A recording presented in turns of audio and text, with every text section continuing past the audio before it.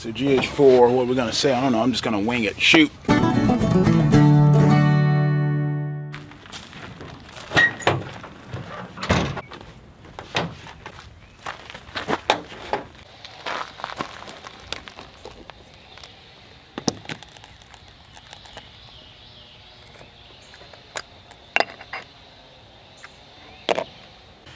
Fellas, GH4, you've been, if you remember all those videos I made about cameras and stuff.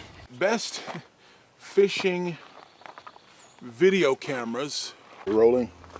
It's amazing how these old terms come back. Are we rolling?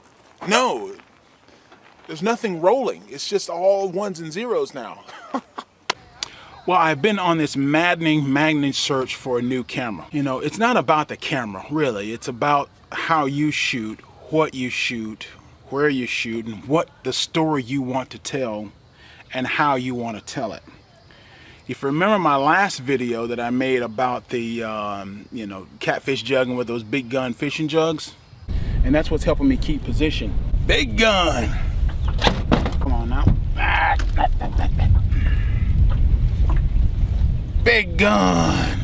That was shot entirely on this GH4, except the one scene where you saw me running. That was from some old footage that was on my Nikon, and you could probably see the difference. I'm an artist at heart. I want my videos to look a certain way, and I just couldn't get that with that Nikon. I really wanted like a Fuji X-T2, but it wasn't gonna give me the video capability I really wanted. I'm not just wanting to do video, I'm wanting to do cinematography. I'm wanting to get more into that. I want my fishing videos to be documentaries. I don't want my videos to look like videos. I want them to be, you know, sort of cinematic documentaries. And so that's why I selected the GH4. So, what are my thoughts on the GH4? I love the GH4. I think it's the camera for me. It may not be the camera for everybody. A lot of fishermen are more interested in fishing than they are in video and shooting and film and cinema. Most of them just want something they can just hit one button and everything happens by itself.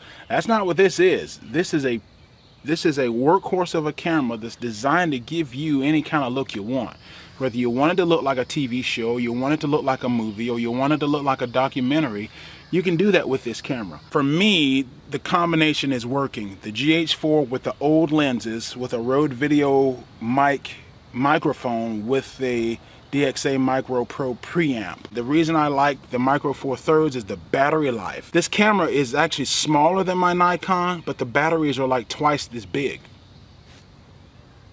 Hello, Nikon. When I first pulled it out of the box, I didn't do an unboxing. I didn't want to do all that. I wanted to just jump in and learn the camera without any having to be pressured to make a bunch of videos all up front, because I've been learning the new camera and running tons and tons of tests.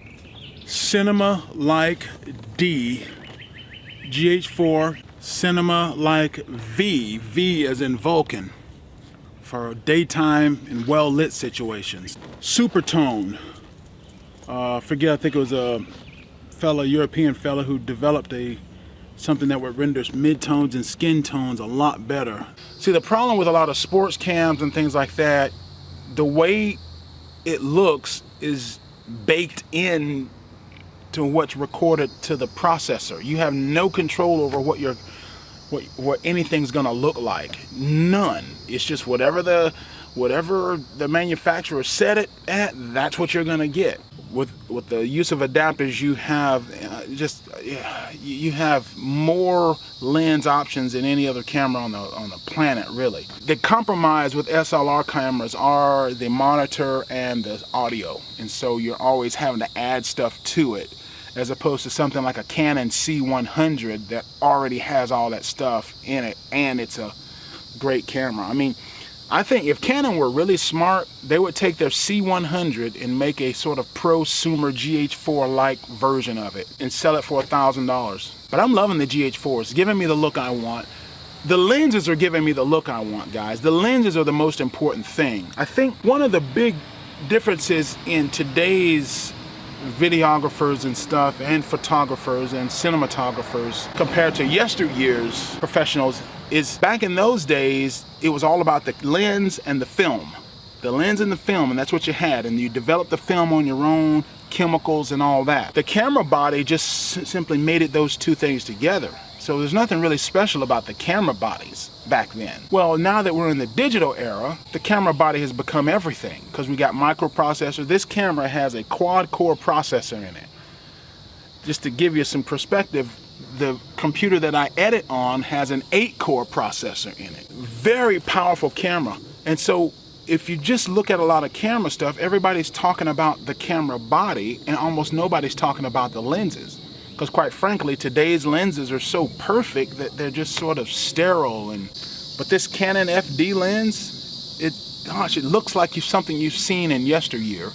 And that fits perfectly with what I'm doing because all the products I have are sort of old school products. So why not use old school lenses? We take this old school lens, which is the best that generation of cameras had, and you marry it to the best that the modern generation has with the camera bodies, you get something very special that we just didn't have before. I am having fun with this camera. I love it. I don't know. Those are my thoughts on the GH4. Next time, let's talk about some lenses.